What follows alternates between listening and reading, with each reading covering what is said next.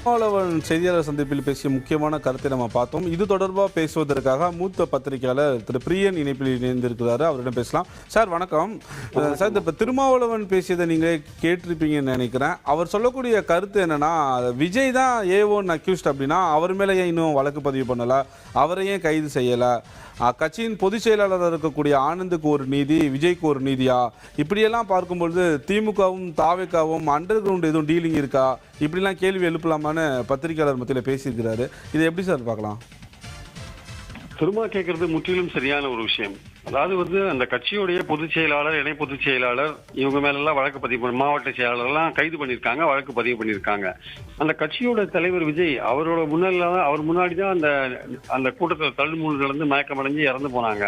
So அவரும் தலைவராக இருக்கிறதுனால அவரையும் அந்த குற்றம் சாட்டப்பட்டவர்கள் பட்டியலில் அவரையும் சேர்த்து வழக்கில் அவரையும் விசாரிக்கணும். கைது பண்றதுன்றது அடுத்த கட்டமா தேவையா இருந்தா பண்ணிக்கலாம். பட் ஆனால் நிச்சயமா வழக்கில் அவர்களை சேர்த்து அவரை என்கொயரி பண்ணணும். அதுல எந்த விதமான சந்தேகமும் இல்லை. இன்னும் தமிழ்நாடு கவர்மெண்ட் ஏன் விஜய் மேல வழக்கு பதிவு பண்ணலன்றது கேட்கிற திருமாவுடைய இந்த கேள்வி சரியான கேள்வி என்பது என்னுடைய கருத்து. சார், இப்போ திருமாவளவன் கேட்கக்கூடிய இந்த கேள்வி ஆளுங்கட்சியில் இருக்கக்கூடிய தரப்பு முக்கிய நிர்வாகிகளுக்கோ பொறுப்பில் இருக்கக்கூடிய அதிகாரிகளுக்கும் எதுவும் இல்லைன்னு நம்ம எடுத்துக்கலாமா? அவங்க ஏன் இந்த பாயிண்ட் ஆஃப் வியூல யோசிக்கலன்னு நம்ம அதை எப்படி சார் பார்க்கறது? தெரியல. இதை பத்தி அவங்க என்ன ஐடியாவில் இருக்காங்கன்னு தெரியல. ஆளுங்கட்சியுடைய இந்த இன்ஃபேக்ட் ஒருபடி வழக்கு பதிவு பண்றது மட்டும் இல்ல, கைது பண்ணதுன்னு கூட பல குரல்கள் இங்க ஒலிக்குது. ஆக்சுவலா அப்படிலாம் பார்க்கும்போது ஏன் ரூலிங் பார்ட்டி ஆளுங்கட்சி திமுக தலைமையான ஆளுங்கட்சி ஏன் இதை ஆளுங்கட்சியான திமுக ஏன் இந்த மாதிரியான ஒரு கைது பண்ற நடவடிக்கைக்கு போக மாட்டேன்றாங்கன்ற ஒரு விஷயம் இருக்கு. ஒருவேளை தேர்தல் இறுக்கமா இருக்கிறதுனால கைது பண்ணா ஒருவேளை விஜயுடைய பாப்புலாரிட்டி ரொம்ப அதிகமாகும், அது நம்ம கட்சிக்கு ஒரு பிரச்சனையா இருக்கும், இல்ல லா அண்ட் ஆர்டர் சட்டம் ஒழுங்கு ப்ராப்ளம் வரும், இல்ல பின்னாடி பாத்துக்கலாம், இந்த என்கொயரி எல்லாம் நடந்த பிறகு அவங்க கிட்ட வாக்குமூலங்கள்லாம் வாங்கின பிறகு அந்த அடிப்படையில ஏதாவது ஏற்கனவே முசி ஆனந்த் போன்றவரெல்லாம் வழக்கில் இருக்காங்க, மாவட்ட செயலாளர்லாம் கைது பண்ணப்பட்டிருக்கார், அவர்களெல்லாம் போலீஸ் விசாரணைகள் எடுத்து அவங்களெல்லாம் விசாரிச்ச பிறகு அவங்க சொல்ற தகவல்கள் அடிப்படையில விஜயை நம்ம அரெஸ்ட் பண்ணலாமான்னு கூட ஒருவேளை இருக்கலாம். ஆனால் வழக்கு பதிவு பண்றதுல எந்த விதமான பிரச்சனையும் கிடையாது. அதனால ஆளுங்கட்சிக்கு நம்ம வழக்கு பதிவு பண்ணாலோ அல்லது அரசு போன்ற நடவடிக்கைகளில் ஈடுபட்டாலோ விஜயோடைய அந்த செல்வாக்கு மேலும் எகிருமோ அப்படின்ற ஒரு சந்தேகம் இருக்கு. அந்த சந்தேகம் எதுக்கு இருக்குன்னா, தேர்தல் நெருங்கி வர்றதுனால அவருடைய செல்வாக்கு அதிகப்படுத்த வேண்டாம், நம்ம இப்படியே சைலண்டா கொஞ்சம் லோ ப்ரொஃபைல்ல கொஞ்சம் அடக்கி வாசிச்சா கொஞ்சம் இதுவே கொஞ்ச நாள்ல செட்டில் ஆயிடும் அப்படின்னு நினைக்கிறாங்களோ இன்னும் தெரியாது. ஆனால் சட்டத்தின் ஆட்சி நடத்துகிற முதல்வர் இந்த மாதிரியான சம்பவங்கள் நடக்கும்பொழுது சட்டத்தின் முன்னால் யார் யார் நிறுத்தப்பட வேண்டுமோ அவர்களை சரியாக நிறுத்த வேண்டும். அப்படி அவர் சரியாக நிறுத்தல, ஏதோ ஒரு காரணத்துக்காக அவர் பின்வாங்குகிறார் என்றால் அவர் சட்டத்தின் ஆட்சியை நடத்தவில்லை என்ற ஒரு முடிவுக்கு தான் மக்கள் வருவார்கள். அதனால இந்த விஷயத்துல கட்சி தலைவர் விஜய்க்கு பொறுப்பு இருக்கு, அவருக்கு ஒரு பொறுப்பு இருக்கு. அந்த தள்ளுமுள்ள மக்கள் இறந்ததுல அவருக்கு ஒரு பொறுப்பு இருக்கு. அதே மாதிரி அரசாங்கத்துக்கு ஒரு பொறுப்பு இருக்கு. இதெல்லாம் ஒரு நபர் கமிஷன்ல விசாரணையில வெளியில வரும், இல்ல போலீஸ் விசாரணையில வெளியில வரும், இல்ல நாளைக்கு சிபிஐ விசாரணை கேட்டிருக்காங்க தாவேக்கா, அந்த விசாரணையில கூட இதெல்லாம் வெளியில வரலாம், சொல்ல முடியாது. ஸோ நம்மளுடைய பாயிண்ட் என்னன்னா, அரசாங்கம் ஒரு விசாரணை பண்ணிட்டு இருக்கும் போது அந்த விசாரணை வளையத்துக்குள்ள நீங்க விஜயை கொண்டு வராத இருக்கிற விஷயம் சட்டத்தின் முன்னால் அவரும் ஒருத்தர் தான். சட்டப்படி நீங்க நடவடிக்கை எடுக்க வேண்டிய முதல்வர் அவர்கள் அவரையும் அந்த விசாரணை வளையத்துக்குள்ள வழக்கு பதிவு செய்து விசாரணை வளையத்துக்குள்ள விஜயை கொண்டு வரணும் தான் என்னுடைய கருத்து. சோ இந்த விஷயத்துல திருமா அவர்கள் சொன்னதை நான் முற்றிலும் ஆதரிக்கிறேன். கைது என்ற விஷயம் தேவைப்பட்டால் பண்ணலாமே தவிர விசாரணை என்பது ரொம்ப ரொம்ப முக்கியம். சார், இப்போ விஜய் மீது வழக்கு பதிவு செஞ்சு அவரை கைது செய்யும் பட்சத்தில் அவர் நம்ம பெரிய ஆளை ஆக்க வேண்டாம், இவரை இப்படியே விடுறதுதான் சரியான பாதைங்கிறதுல திமுக இருக்கா? அதையும் மீறி விஜய் மீது வழக்கு பதிவு செஞ்சு அவரை கைது செய்யப்படும் பட்சத்தில் இதனுடைய தாக்கம் 2026 தேர்தலில் திமுக சந்திக்கும். ஸோ அதனாலே அவங்க சைலண்டாக இருக்கிறதா எடுத்துக்கலாமா? இதுல வேறொரு விஷயமும் இருக்கு சார். இப்ப நாளைக்கு மதுரை உயர்நீதிமன்ற கிளையில இந்த விஷயம் வருது. அதாவது சிபிஐக்கு ஹேண்ட் ஓவர் பண்ணுங்கன்ற ஒரு விஷயம் தாவேக்கா வைக்கிறாங்க. சப்போஸ் அந்த விசாரணையில இறுதியில மதுரை உயர்நீதிமன்றம் கிளை அந்த பெஞ்ச் சிபிஐக்கு கொடுக்கலாம்னு சொல்லிட்டாங்க வச்சுக்கோங்க. அப்ப தேவையில்லாம எதுக்கு இப்போ தமிழ்நாடு கவர்மெண்ட் இதை அரெஸ்ட் பண்ற ஒரு விஷயத்தை கையில் எடுக்கணும்? அதனால நாளைக்கு விசாரணை அந்த மதுரை ஹைகோர்ட்ல சிபிஐக்கு ஹேண்ட் ஓவர் பண்றாங்களா இல்லையா போன்ற விஷயங்களை தெரிஞ்சுட்டு அதுக்கப்புறம் நடவடிக்கை எடுக்கலாம். நம்ம அவசரப்பட்டு இப்ப பண்ண வேண்டான்ற ஒரு முடிவுல கூட அவர் இருப்பார்னு நினைக்கிறேன். கவர்மெண்ட் இருக்கலாம், தமிழ்நாடு கவர்மெண்ட் இருக்கலாம். ஆனால் கைது பண்றதுன்றது அடுத்த கட்டம். வழக்கு பதிவு செய்வதில் என்ன பிரச்சனை இருக்குதுதான் என்னுடைய கேள்வி. கைது பண்றது அப்படின்றது மதுரை உயர்நீதிமன்றம் அதை சிபிஐக்கு ஹேண்ட் ஓவர் பண்ணுதா இல்லையான்னு பார்த்துட்டு நம்ம முடிவு பண்ணலான்றது கூட ஒரு அரசியல் ரீதியாகவும் நிர்வாக ரீதியாகவும் கூட ஒரு சரியா இருக்கலாம். ஆனால் வழக்கு ஏன் பதிவு பண்ணலன்ற ஒரு கேள்வி இருக்குல்ல. வழக்கு பதிவு பண்றதுல என்ன பிரச்சனை இருக்கு? வழக்கு பதிவு பண்ணுங்க, விசாரணை எப்போ நீங்க அப்ப விசாரணை போது அவர் கூப்பிடுங்க, கால்பார் பண்ணுங்க, அது மாதிரி பண்ணுங்க. இல்ல வந்து கைது பண்றத வேணா நீங்க தள்ளி போடுறதுல கூட அதுல ஏதோ ஒரு அர்த்தம் இருக்கிற மாதிரி தெரியுது. சிபிஐக்கு ஹேண்ட் ஓவர் பண்ணிட்டா என்ன பண்றது? நம்ம எதுக்கு இந்த விஷயத்துல தலையிட்டு வீணா சட்டம் ஒழுங்கு பிரச்சனையை கொண்டு வரணும்? சப்போஸ் சிபிஐக்கு போயிட்டு அவங்க அரெஸ்ட் பண்றாங்களோ பண்ணாத இருக்காங்களோ, அப்புறம் பாஜக ஏதாவது அரசியல் வேலைகள் செய்தோ அந்த மாதிரி விஷயங்கள் ஏதோ அது எப்படியோ நடந்துட்டு போட்டோம் அப்படின்ட்டு ஒருவேளை உயர்நீதிமன்றம் என்ன சொல்லுது அப்படின்னு பாக்கிறதுக்காக வெயிட் பண்ணலாம். பட் ஆனால் அடிப்படையில் வந்து வழக்கு போடணுன்றது என்னுடைய கருத்து. அது தமிழ்நாடு கவர்மெண்ட் அந்த ஒரு அடிப்படை விஷயத்தை செய்தே தீர வேண்டும் என்பது என் கருத்து. சார், இப்போ இதே விவகாரத்தில் திருமாவளவன் எழுப்பப்படக்கூடிய மற்றொரு குற்றச்சாட்டு என்னன்னா, விஜயை காப்பாற்றுறதே பாஜக தான் விஜயை காப்பாத்துதுன்னு ஒரு விஷயத்தை ஒரு முன்வைக்கிறாரு. இவருடைய கேள்விக்கு நயினார் நாகேந்திரன் ஒரு பதில் சொல்றாரு. பாஜக தான் கொள்கை எதிரின்னு விஜய் சொல்லும் போதே நாங்க எப்படி அவரை காப்பாற்றணும் அவரும் பதில் சொல்றாரு. திருமாவளவனுடைய கேள்வியும் நயினாருடைய பதிலும் எப்படி சார் புரிஞ்சுக்கிறது? பாஜக அதிமுக கூட்டணிக்கு வந்து அவங்களால திமுக அணியை வீழ்த்த முடியுமான்னு அவங்களுக்கு ஒரு சந்தேகம் இருந்துட்டே இருக்கு.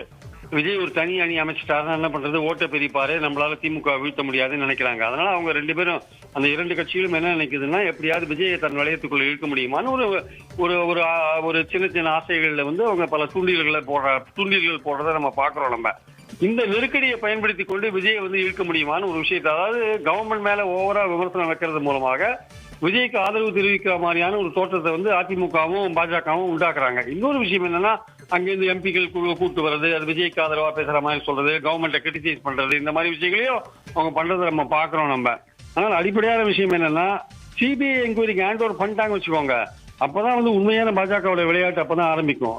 விஜய்க்கு உண்டான நெருக்கடி அப்பதான் அதிகமாகும். அவங்க சிபிஐ பயன்படுத்தி உங்களை அரெஸ்ட் கூட பண்ணுவாங்க, அதனால எங்க கூட்டணிக்கு வந்துருங்க அப்படின்னு கூட சொல்லக்கூடிய வாய்ப்புகள் இருக்கு. ஆனால் விஜய் பார்வையிலிருந்து பாத்தீங்கன்னா, விஜய் ஆரம்பத்திலிருந்தே கொள்கை எதிரின்னு சொல்லிட்டு கடுமையா இழுத்து இருக்காரு. எத்தனை வேஷம் போட்டு பாஜக வந்தாலும் தமிழ்நாட்டில் ஈடுபடாதுன்னு சொல்லியிருக்காரு. தாமரை இலை வந்து தண்ணீர்ல ஒட்டாது, அதே மாதிரி பாஜக தமிழ்நாட்டு மக்கள் மனசுல ஒட்டாதுன்னு பேசியிருக்காரு. பாசிச பாஜகன்னு 10 தடவை பேசியிருக்காரு, பல தடவை பேசியிருக்காரு. அப்படி இருக்கிறவர் எடுத்த உடனே வந்து கொள்கை எதிரின்னு சொல்ற பாஜக வந்து போய் கூட்டணி சேர்ந்தாருன்னா, இந்த நெருக்கடிக்காக போய் கூட்டணி சேர்ந்தாருன்னா அவரோட அரசியல் பின்னடைவை சந்திக்கும். அவரை மக்கள் நம்ப மாட்டாங்க, அதோட கைவிட்டுருவாங்க, அவ்வளவுதான். அது வந்து அவர் எடுக்கிற போற முடிவு. பட் எனக்கு தெரிஞ்சவரையும் அவர் வந்து பாஜக தரப்புக்கு போவாரான்றது இந்த நெருக்கடியை வந்து தானே சுயமாக இண்டிவிஜுவலா இதை சமாளிக்கிறதுக்கான எல்லா வேலைகளும் பண்ணுவார்னு நினைக்கிறேன். ஆனால் அதுல ஒரு பெரிய சிக்கல் என்னன்னா, அவரை சுற்றி இருக்கிறவங்க பெரும்பாலும் இந்த பாஜகவோட தொடர்பு உள்ளவங்களா இருக்காங்க. பெரும்பாலும் பாஜகவுடைய மத்திய அரசோட அவங்களுடைய அரவணைப்பில் இருக்கிறவங்க தான் அவர் சுற்றி இருக்கிறவங்க. ஒருத்தர் 2-3 பேர் அப்படிப்பட்ட ஆட்களா இருக்காங்க. அவங்க வந்து எப்படியாவது அவரை வந்து பாஜகவுக்குள்ள இழுத்துன்னு போயிட முடியுமான்னு ஒரு முயற்சி பண்ணி பார்ப்பாங்க. அதுல விஜய் எப்படி தன்னுடைய வந்து இண்டிவிஜுவாலிட்டியை மெயின்டைன் பண்ணிட்டு இந்த பாஜக எதிர்ப்பு வந்து வலிமையா கையில் எடுக்கிறாரு.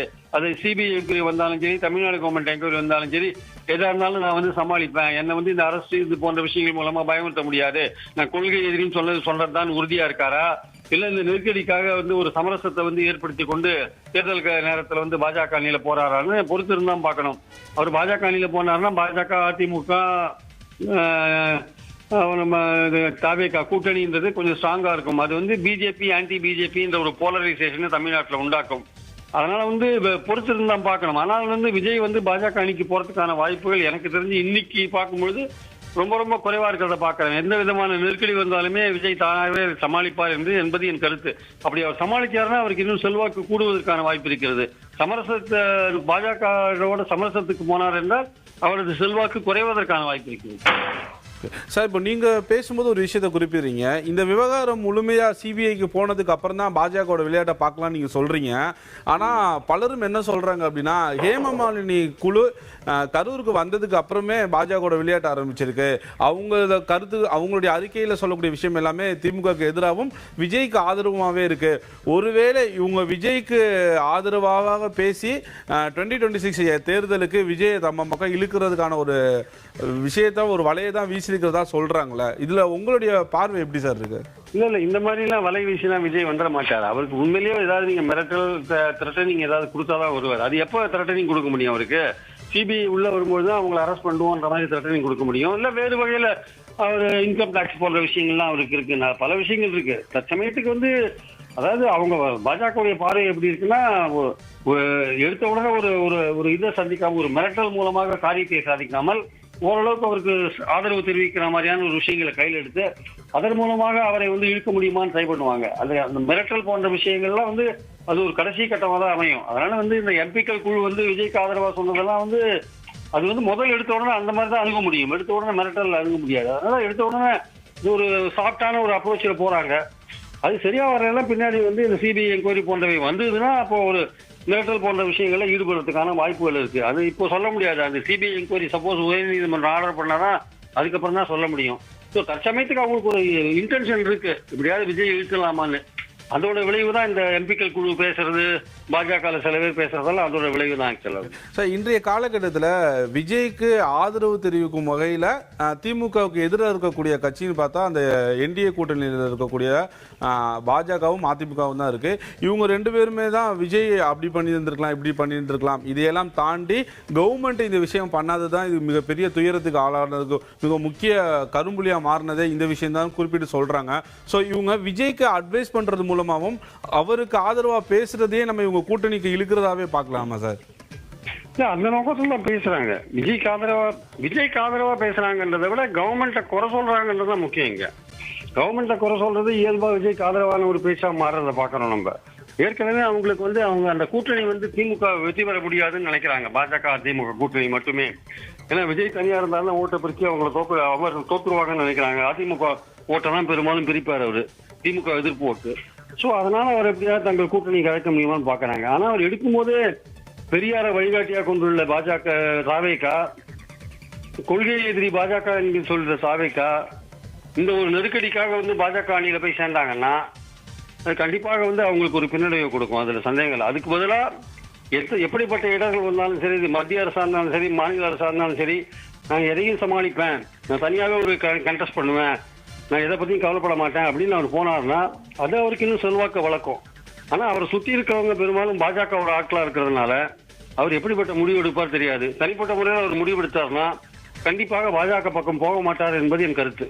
சார், பாஜகவை கடுமையா விஜய் விமர்சனம் பண்ணிட்டு வராரு, இவர் எப்படி பாஜக கூட்டணிக்கு போவாருன்னு நீங்க சொல்றீங்க. அரசியல்ல நிரந்தர நண்பரும் கிடையாது, எதிரியும் கிடையாது. இன்றைய காலகட்டத்தில் திமுகவை வீழ்த்த வேண்டும் என்ற ஒரே கோணத்துக்காக தான் நாங்க எல்லாம் ஒன்று சேர்ந்திருக்கோம். ஃபியூச்சர்ல விஜய் சொல்வார் நீங்க நினைக்கலாமா? எதிர்பார்க்கலாம். திமுக அவரோட நோக்கம் திமுக இருக்கிறதுங்க. அவர் வந்து எடப்பாடி பழனிசாமியோ நயினார் நாகேந்திரனோ முதல்வராக்கிறதுக்கு அவர் கட்சி ஆரம்பிக்கலைங்க. அவர் முதல்வராகிறதுக்கு கட்சி ஆரம்பிச்சிருக்காருங்க அவரு. அதனால வந்து அவருடைய கட்சியோட நலன் தான் பார்ப்பாரு அவரு.